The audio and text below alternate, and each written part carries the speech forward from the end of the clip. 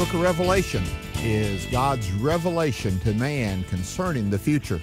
And we're in Revelation chapter 13. This is Bert Harper along with Alex McFarland on Exploring the Word on FR Talk. And we've come to chapter 13, verses 11 through 18. And it introduces us, Alex, to a beast that comes up out of the earth. In verse 11, it says he has two horns like a lamb, but he speaks like a dragon. What a commentary on this beast. That's true. That's true. The horns, two horns like a lamb, it may reference that he has two types of authority, religious and political. It may be that the two horns are just simply that referencing the fact that he's like a lamb. It doesn't say he's a lamb, but like, that's a word that's a simile. In other words, it means similar to or can be a counterfeit of. But, here's the thing. Despite looking like a lamb, he's really got a wicked heart, because it says he spoke like a dragon. Isn't that something? Looks harmless, looks like a benevolent individual, but in fact is actually very malevolent. And verse 12 says he has some authority, and he exercised that authority. Notice he exercises all authority. We're looking at someone or some organization that's going to take and try to take and does take complete control of, it looks like, at least three areas, Alex: economic, governmental, and religious. And they're going to take this control over, and it's going to lead to the demise of the earth, really, because the whole judgment will be poured out upon them. But let me make sure we get this.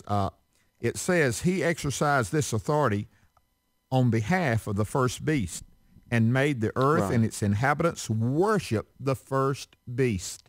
The first beast we know is the Antichrist, empowered by the dragon, who is Satan. And again, this is the ultimate goal of Satan when he was in heaven, named Lucifer, that he wanted to be worshiped like God. And now, with the restraining power of the Holy Spirit pulled back, he's getting what he wants. But sometimes, I want to say this, and then you take it away, sometimes when we get what we want, it's not really what we wanted after we receive it. And when this is finished, we're going to find out the price that people pay for rebellion, or an angel like Lucifer, or the beast like the Antichrist and the false prophet. The price they pay for getting what they want is severe, isn't it?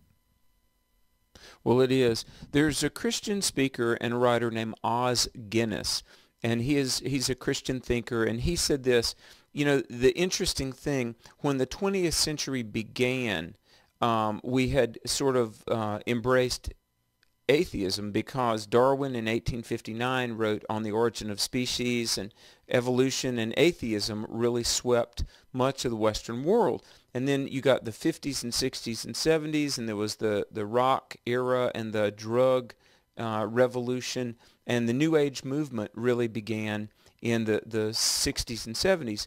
And today, there's a lot of spiritism, there's a lot of occult and witchcraft and Wicca. And here's what Os Guinness said: man could not face the loneliness and oblivion of being alone in a completely mechanistic universe. In other words, just a natural, godless, evolutionary universe. Now listen to this. Rather than face the loneliness and oblivion of a completely mechanistic, godless universe, in despair, man has turned to demons rather than God. And that was Os Guinness referencing the fact that people are getting into New Age and Wicca. So here's the thing, Bert. A lot of people might wonder, how could the world begin to worship the Antichrist and the false prophet?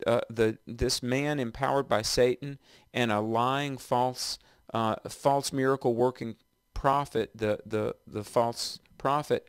But the human heart will worship something. The question is not, will you have a God in your life? The question is, will the God that you worship, will that person or thing you give yourself over to really be the true and the living God?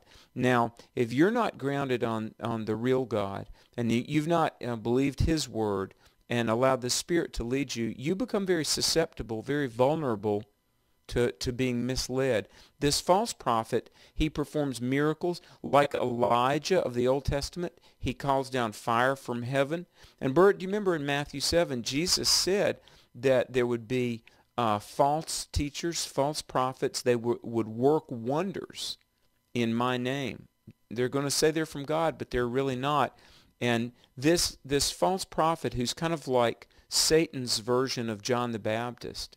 John the Baptist pointed people to Jesus. Well, the false prophet will point people to the Antichrist. This is Satan's most polished, persuasive delusion of all the centuries, isn't it, Bert? It is the great delusion, and because of that, they're deceived. The word says in verse 14, because of the signs, the one that you just referred to, he was given power on behalf of the first beast, and he deceived the inhabitants of the earth. Satan is the great deceiver. Regardless of where it's in the Garden of Eden or whether it's here in the tribulation and anywhere in between, Satan is a deceiver. And finally, that deception is going to be turned full loose, and he's going to have power to make it up. Verse 15 is a puzzle, and I want you to respond to it. He was given power to give breath to the image of the first beast so that it could speak and cause all who refused to worship the image to be killed. That sentence, that one verse has intrigued me, and it still intrigues me. I've got a little bit of the thoughts in it, but it's the image of the first beast, and he could speak, and he knew who was worshiping him, and if they weren't worshiping him, then they would be killed. It sounds like this image might have computer skills about what people are doing. Alex, I gave a hint of what I thought. Do you have any thoughts toward that direction? Yeah, well, there will be the Antichrist, a man, a human being that is so full of the devil that he calls himself God. There will be the false prophet, who I believe is a human being so full of satanic power that he deceives many. But apparently, there's going to be this image, an idol. I don't know if it's going to be a hologram or some computer-generated image, or it could be a statue that has the ability to speak, to appear to read minds and have mental telepathy and things like that. It might be put in the temple that gets rebuilt, because Daniel 9:27 and Matthew 24:15 talk about the abomination of desolation. Now imagine, and this is a bit speculative because the Bible only tells us kind of part of what's going to go on, but imagine there's this temple in Jerusalem that's rebuilt, but the Antichrist desecrates it, maybe not only comes in there and demands to be worshipped, but there's this idol or statue or machine or this image of the beast that has powers and can speak. And people, it goes right back to the beginning of time. They bow down and they worship an object rather than the true and living God. Psalm 135 says, the idols of the heathen are silver and gold, the work of men's hands. They have mouths, but they cannot speak, eyes, but they cannot see. And here's the thing, Bert, that at the very end, fallen humanity is going to wind up where they started, worshiping a created thing rather than the creator, and worshiping an object rather than the Savior. And so things have changed, but in a way things really haven't changed. And I want to continue on because there's so much I could add and say to it, but I do want to get to this verse 16 as well. He also forced everyone, small and great, rich and poor, brave, free and slave, to receive a mark on his right hand or on his forehead, so that no one could buy or sell unless he had the mark, which is the name of the beast or the number of his name. Now, we live in a day, technologically, where there is the possibility of putting something in your skin or on top of your skin where you're kept track of. I think we were talking about it earlier. What do you think this mark might be something that has to do with technology that's even available today, or could it be? Oh, absolutely. Many listening will recall about 10 years ago, a company in Florida created a computer chip about the size of a grain of rice that could be implanted under the skin, and many people's pets today. No doubt your Fido the dog or your cat has a chip in it with its entire medical history in it. And so very, very unsettling things, because here's the thing, Bert. Our rise of technology has been paralleled by a fall of morality. I mean, we've got incredible technology where there could be a chip or something put in your body, or even tattooed onto your skin, a barcode that's invisible, but you run it under a light. And though we've probed the stratosphere of technology, we've really hit the abyss of morality.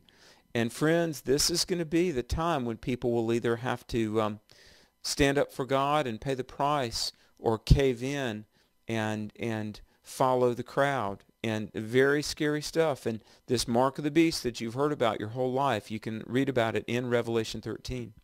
And then verse 18 says, this calls for wisdom. If anyone has insight, let him calculate the number of the beast, for it's man's number. His number is 666. Again, the intrigue is more than the knowledge. And I've seen it all, from Caesar to Hitler to even modern day individuals that we know of that say this. But we do know that 6 is the number of man. 3, and the book of Revelation has the 3s and 7s all through it. So 666, it is man's coming into his complete desire of his own destiny. In other words, with God out of the picture, where does man go? He goes to destruction.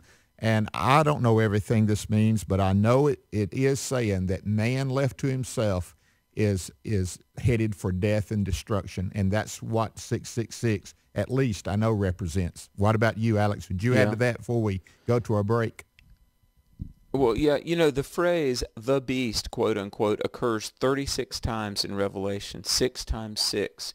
And, 6 is one number short of 7. 7 is the biblical number of perfection. 6 is the number of man.